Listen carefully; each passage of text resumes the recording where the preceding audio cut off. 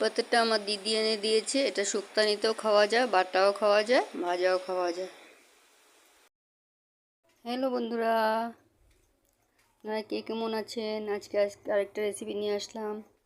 এই দেখেন, এটা ভাদালি পাতা, আরও চিকন চিকনও হয়, এটা একটু মোটা টাইপের। এটা বাটবো আমি এখন। এখানে রসুন নিয়েছি, লবণ নিয়েছি, আর কাঁচা লঙ্কা নিয়েছি। আর কিছুই নেব না, বেটে দেখাচ্ছি আপনাদের। একটু কেটে নিয়েছি, বাটতে সুবিধা হবে। চলুন তবে বেটে নিয়ে আসি। বেটে নিচ্ছি এখন আমি। আমার বাটা হয়ে গেছে, এখন উঠিয়ে নিচ্ছি এটাতে।